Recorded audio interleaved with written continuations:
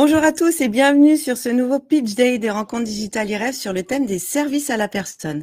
Je suis Elsa et nous sommes ravis d'accueillir aujourd'hui Yannick Nakache, cofondateur et président de l'enseigne Maya Service. Bonjour et merci beaucoup Yannick d'avoir accepté notre invitation.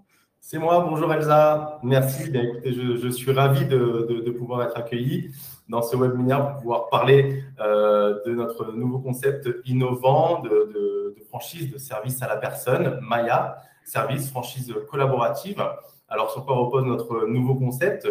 On propose des droits d'entrée réduits ainsi que des redevances fixes, quelle que soit donc l'évolution du chiffre d'affaires de l'entreprise de nos franchisés. Ok, parfait. Merci Yannick. Donc maintenant, on va essayer de détailler un petit peu tout ça. Alors Yannick, déjà, est-ce que tu peux nous dire comment l'aventure a démarré? Comment tu as eu l'idée avec ton époux, je crois, de créer cette franchise et cette société? Oui, alors effectivement, donc, bon, pour savoir où on en est aujourd'hui, il faut savoir d'où on vient. Effectivement, ça fait maintenant 10 ans que je suis dans le métier du service à la personne. Avant ça, j'ai été directeur d'agence immobilière et effectivement, pendant 14 ans, dans l'immobilier, j'ai eu ce besoin de prendre une autre direction et d'être plus en accord avec moi-même. Et voilà, je me suis lancé dans le domaine du service à la personne.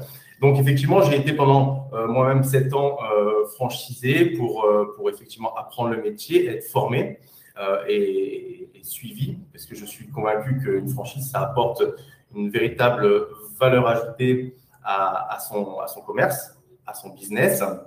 Et puis, il y a 2 ans de cela, voilà, j'ai décidé, avec ma femme, on a décidé de prendre notre envol et de lancer, alors non pas tout de suite le concept Maya en franchise, loin de là.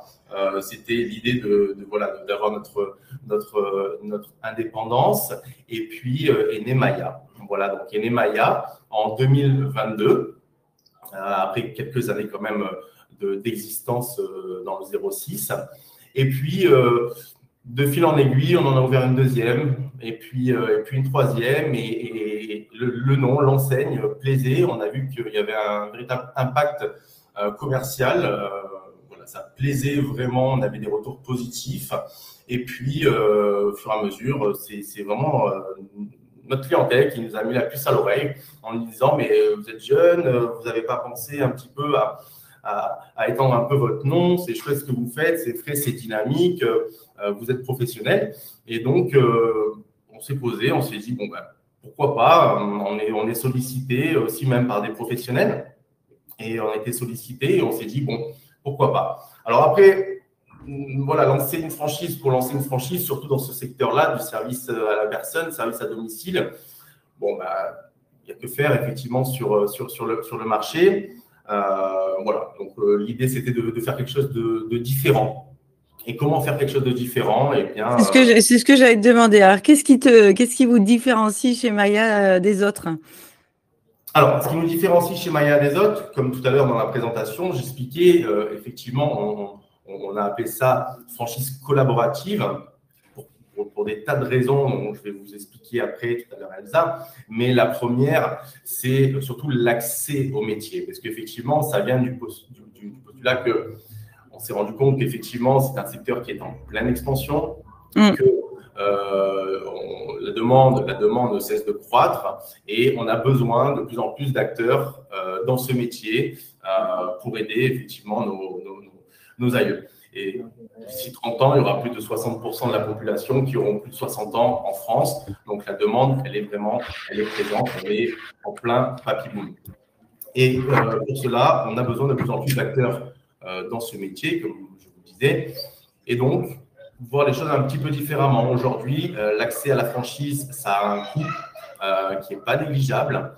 Et tout le monde n'a pas l'apport suffisant pour se permettre d'être franchisé et tout simplement d'apprendre un métier. Parce qu'aujourd'hui, se lancer dans le secteur du service à la personne comme ça, seul, sans être formé, sans être accompagné par une enseigne comme la nôtre, qui connaît le métier, qui a un vécu avec des professionnels comme Johanna, moi, avec 10 ans de métier, c'est pas évident.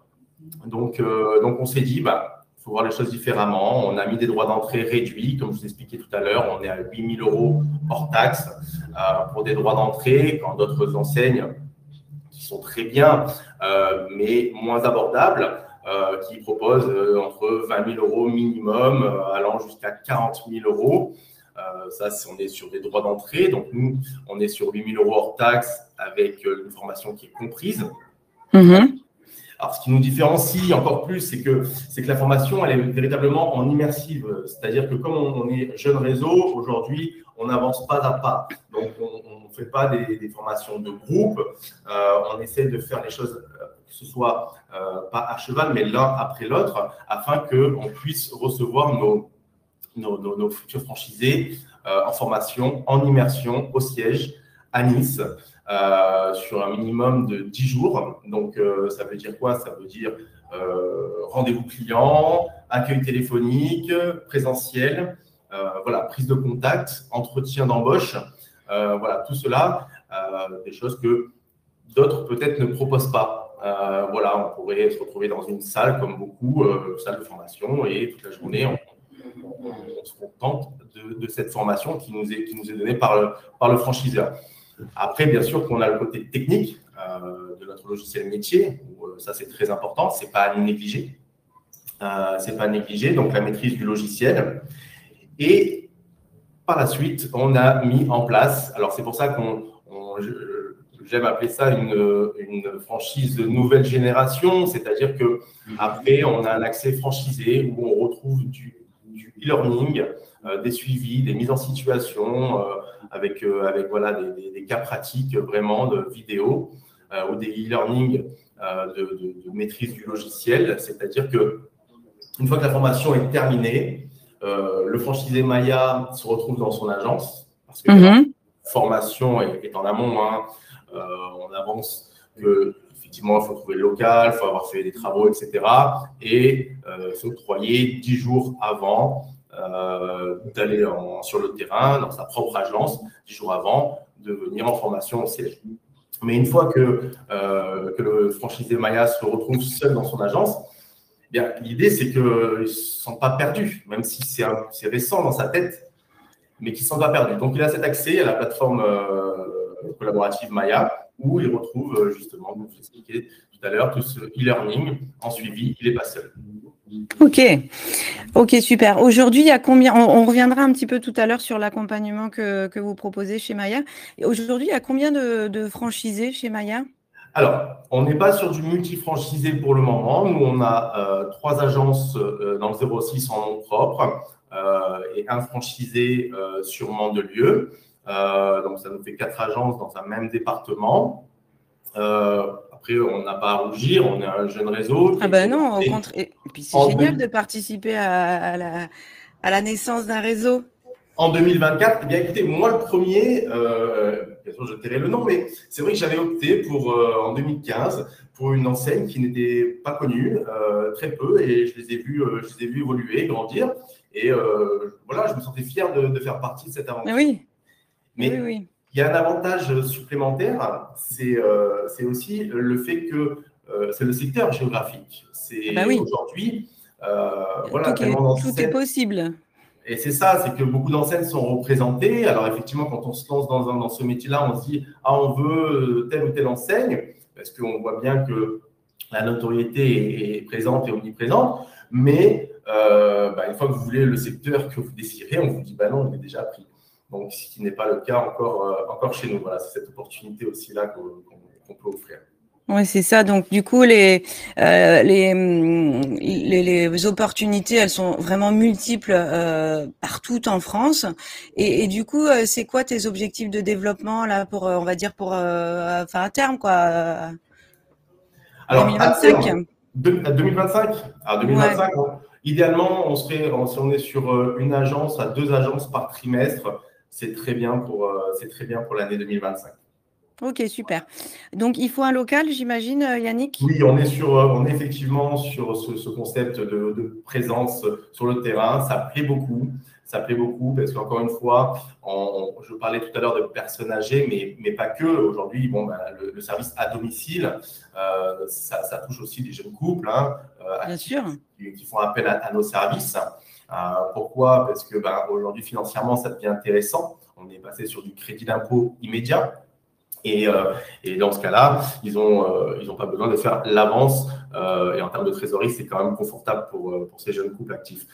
Mais voilà, les personnes un peu plus âgées, ça leur fait plaisir parce qu'effectivement, on s'aperçoit qu'on travaille quand même bien autour de notre lieu d'implantation.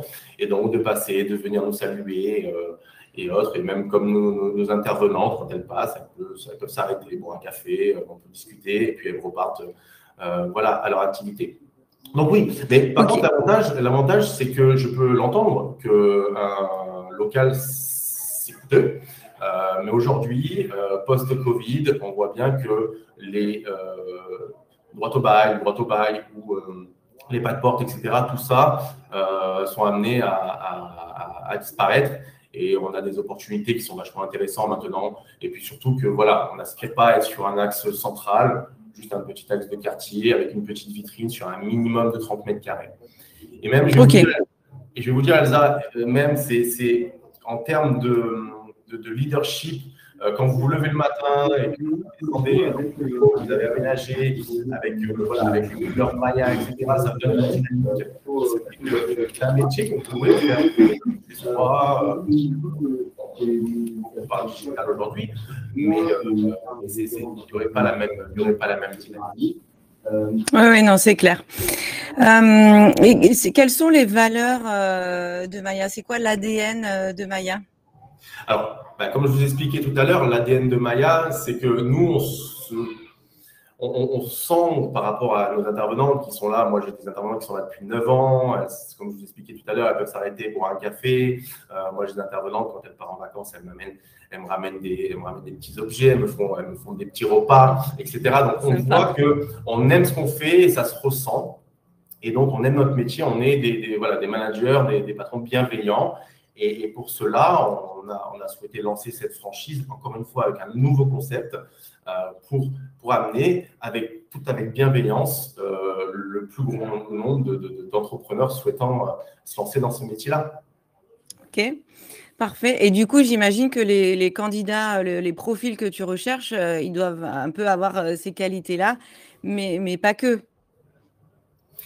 Alors, pas que, bien entendu, il ne faut pas oublier que ça reste aussi un commerce, une entreprise. Et encore une fois, on gère une entreprise, on n'est pas effectivement dans le monde des bisounours.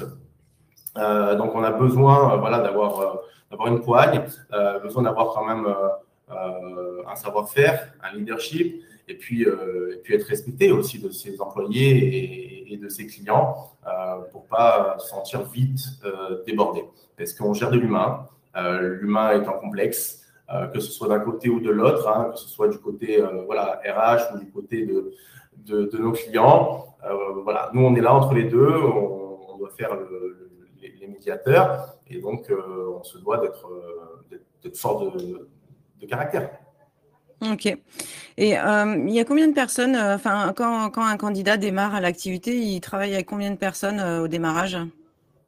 Quand un candidat, c'est-à-dire quand il ouvre son agence? Oui. Quand il ouvre son agence, qui part de zéro, puisqu'on n'est pas dans une reprise d'entreprise, rachat d'entreprise qui part de zéro, bien, il part avec une intervenante. Ok.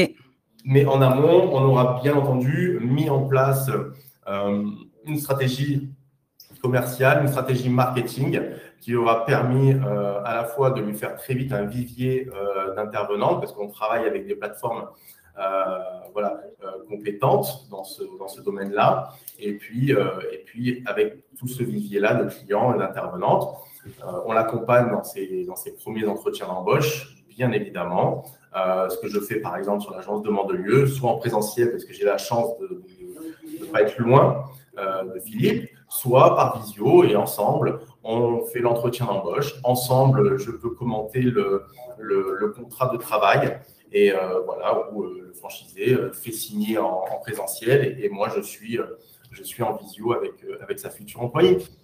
Ok. Et est-ce qu'un profil purement investisseur, c'est un profil qui t'intéresse? Alors, un profil purement investisseur, est-ce que ça m'intéresse? Je vais dire oui et non. Oui et non, ça peut dépendre de quel profil lui souhaite mettre sur place. Parce qu'effectivement, un profil investisseur, ça peut être intéressant pour lui, parce que c'est effectivement, encore une fois, c'est un métier d'avenir. Je pense on a 20 ans devant nous à construire, donc il y a beaucoup à faire. Donc oui, ça peut être intéressant, mais il faut savoir aussi qui va mettre derrière, parce que ça peut vite dégringoler. Parce que quand on ne se sent pas concerné par l'entreprise, que ce n'est pas votre entreprise, il y a plein de choses qui peuvent ne pas aller derrière. Ok. Et est-ce que des personnes en reconversion, c'est un plus? Est-ce qu'il y a un âge qui est plus adapté qu'un autre? Comment ça se passe chez Maya? Comme on disait tout à l'heure, Elsa, effectivement, les personnes en reconversion, on est plus dans ce profil-là. C'est vrai que quand on sort des études à 23, 25 ans, peu de personnes disent on va se lancer dans le service à la personne, à gérer de l'humain, etc. D'ailleurs, à ce propos, ça peut faire peur de gérer de l'humain. C'est vrai que vous vous retrouvez vite, au bout d'un an, 2 ans, avec 20, 30 salariés. Donc ça peut faire peur, mais c'est quelque chose qui, quand c'est bien rodé, quand le travail est bien fait en amont, derrière que vous embauchez des personnes responsables, derrière elles se responsabilisent elles-mêmes dans leur travail. Et surtout, la chance que l'on a, et on n'en a pas parlé, Elsa, c'est que nous, on est société prestataire de services. Et vous aviez à la fois mandataire et à la fois prestataire. Et prestataire, ça veut dire que toutes nos intervenantes sont salariées en CDI de l'entreprise. Avec les complémentaires, avec la mutuelle d'entreprise, avec les frais de déplacement, les frais kilométriques. Donc, ça nous permet véritablement de fidéliser notre personnel et d'avoir des gens de métier, des gens de confiance qui durent dans le temps. Ok, ça c'est hyper important. Juste, je reviens sur l'activité de Maya Service. Donc il y a aide à domicile. Finalement, c'est quoi? C'est garde d'enfants, c'est ménage, repassage, c'est petits travaux, jardinage. Il y a autre chose que j'oublie juste pour qu'on. Alors, dans le secteur de service à la personne, il y a 2 termes. Vous avez le terme prestation de confort et de maintien. Nous, on est axé sur les prestations de confort en priorité. Ça veut dire quoi? Ça veut dire ça va être de l'aide au ménage, repassage, préparation de repas, aller faire des courses. On est sur la garde d'enfants des plus de 3 ans. On est sur du petit jardinage et du petit bricolage. Les prestations de maintien à domicile, c'est déjà pas le même. Non, pas du tout. Pas le même agrément. C'est quelque chose de plus complexe, avec une autre formation, avec des diplômantes aussi. Et on est vraiment sur la personne dépendante, la personne en handicap, etc. C'est pas notre cheval de bataille. Ok. C'était juste pour préciser pour les futurs candidats. Mais ce qu'il faut savoir, c'est qu'aujourd'hui, on est, par rapport à toutes les prestations qu'on propose, on est sur 80% de notre chiffre d'affaires des agences qui évoluent sur des prestations de ménage et de repassage. Ok, d'accord. Voilà. On est d'accord, on l'a bien compris. Vous recherchez, je reviens sur le candidat, c'était la petite parenthèse activité. On est d'accord que vous recherchez des personnes qui sont passionnées et avec une âme de commerçant quand même. Alors, effectivement, comme c'est écrit sur le slide qui me semble malheureusement pas net, en tout cas à mon image, mais comme c'est écrit, effectivement, on recherche des personnes bien entendu passionnées. Alors, pourquoi passionné? Ça peut être un mot assez facile à prononcer, mais on fait un métier, encore une fois, où on gère de l'humain. Donc, on a besoin de personnes qui soient véritablement engagées dans cette démarche-là, dans ce métier. Il y a plein de métiers qui sont porteurs, où on peut développer, on peut faire des bons investissements financiers, mais là, on parle des deux aussi. On parle d'un investissement financier, mais on parle aussi de gérer l'humain. Je vous disais tout à l'heure qu'on ne fait pas des prestations de maintien, mais même sur des prestations de confort, on a affaire à des personnes âgées. Oui, enfin des personnes tout court d'ailleurs. Et des personnes tout court. Mais j'avoue que quand vous allez chez une personne qui a 90 ans, c'est vrai. Il y a un peu plus de responsabilité à avoir. Et dans ce cas-là, ça part du gérant de l'entreprise et comment il va faire son recrutement en fonction de son savoir-faire, de son savoir-être. Exactement, ouais, le savoir-être très important, ouais. Et est-ce qu'il faut il faut être spécialiste des services à la personne pour créer avec Maya Service? Alors, non, mais effectivement, c'est un plus. Si une personne a déjà travaillé dans le domaine, ne serait-ce qu'en tant que secrétaire, assistante de direction ou même, pourquoi pas, auxiliaire de vie, mais que la personne a envie de voir de l'autre côté de ce que peut être le métier et de se responsabiliser parce qu'elle a un peu d'apport personnel et dire, allez, je me lance. Et même, je vais vous dire, j'adorerais des profils comme ça. J'adorerais des profils où je vois que la personne, effectivement, a été auxiliaire de vie ou sage-femme ou autre et qu'elle décide de se lancer, d'entreprendre. Moi, c'est avec plaisir. C'est avec plaisir que je l'accompagnerai personnellement. Ok. On va parler un petit peu maintenant des finances et j'aimerais savoir, on en a déjà un petit peu parlé tout à l'heure, mais combien ça coûte de rejoindre l'enseigne Maya Service?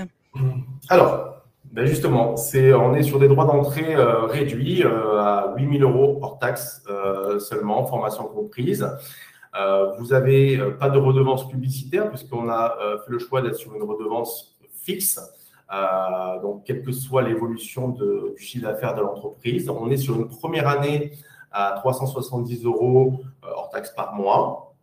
Et sur la deuxième année donc avec un premier bilan, donc année calendaire, sur un peu plus d'ailleurs, ça dépend à quel moment vous ouvrez l'agence, mais on est sur la deuxième année à 740 € de redevance sur toute la durée du contrat, c'est-à-dire on est sur une durée de contrat différente aussi, puisque on est sur 5 ans, au lieu de 7 pour la plupart. Ouais. Donc pendant 4 ans, les redevances sont à 740 € hors taxe par mois. Quand vous voyez qu'une agence, au bout de la troisième année, quatrième année, on est entre 350 et un demi-million de CA, voilà. C'est vachement intéressant. Ça permet vraiment de dégager du cash flow à l'entrepreneur, au gérant. Parce qu'il ne faut pas oublier que dans notre métier, effectivement, on travaille beaucoup sur la masse, les marges sont faibles, donc il ne faut pas faire n'importe quoi. Et effectivement, quand vous retrocédez quand même 5% de votre chiffre d'affaires, c'est quand même beaucoup d'argent. Ouais, c'est sûr. En apport personnel, on est à combien? Alors, en apport personnel, on est idéalement, plus vous avez, mieux ce sera, c'est confortable, parce que pour vous, ça sera moins stressant. Maintenant, je ne vais pas vous engager ou engager une franchise avec le maximum en apport personnel, puisque derrière, il y a des aides qui peuvent être ouvertes. Et ça aussi, on accompagne aussi sur comment et pourquoi. On est sur du 20 000 € à peu près. Ok. 25 000 sur un apport personnel. Mais encore une fois, si vous ne payez pas une franchise 20-25 000, ça vous permet de récupérer cette somme de votre apport personnel en trésorerie, ce que malheureusement, les banques ne financent pas la trésorerie. Ah oui, non, ça c'est sûr. Voilà. Ça c'est sûr. Après, vous avez des courants d'associations comme France Initiative, etc., qui vont vous permettre de octroyer. Oui, tout à fait. Des structures spécialisées dans les prêts d'honneur et les prêts à taux zéro. Ouais. Tout à fait. Voilà. Alors, on a aussi un autre principe qui est tout en dessous du slide qu'on a du mal à lire, dommage. Là, oui, là, je vous l'accorde. Là, j'ai du mal aussi. C'est dommage. On propose aussi aux agences existantes de nous rejoindre, alors soit celles qui sont en fin de contrat ou soit celles qui sont indépendantes et qui veulent adhérer à un groupe, à un réseau, puisque l'union fait aussi la force. Donc, on propose des droits d'entrée divisés par 2 à 4 000 € hors taxe. Voilà, OK. Ils ont accès à notre plateforme, ils ont leur mini-site, comme tous nos franchisés, et accès à toute notre palette, j'allais dire, de services et de services.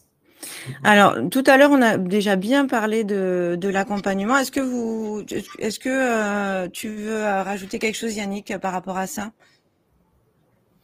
Alors, effectivement, on en a parlé. Non, ce qui plaît vraiment, je pense, c'est ces formations en immersion, de savoir qui sont de suite mis dans le bain, parce que je trouve, par mon expérience, rien de mieux que le mimétisme pour apprendre. Vous pouvez, et puis le faire en fait, parce que vous pouvez être dans la théorie pendant des années sur des bancs d'école. Effectivement, si vous ne l'avez pas fait au moins une fois, vous pouvez vite perdre pied. Donc, qu'il soit très vite, voilà, les mains dans le charbon.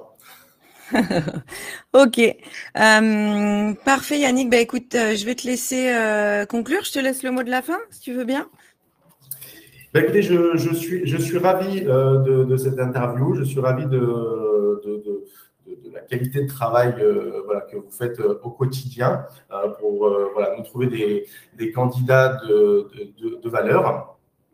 Si j'ai un mot à dire, on a besoin dans ce milieu, dans ce métier, on a besoin de plus en plus d'entrepreneurs. On est là vraiment pour accompagner le plus grand nombre de personnes qui souhaitent se lancer dans ce métier et investir dans ce beau métier-là. Je vais vous dire, je l'aime tellement que j'en ai même écrit un livre. Vous voyez ? C'est vrai.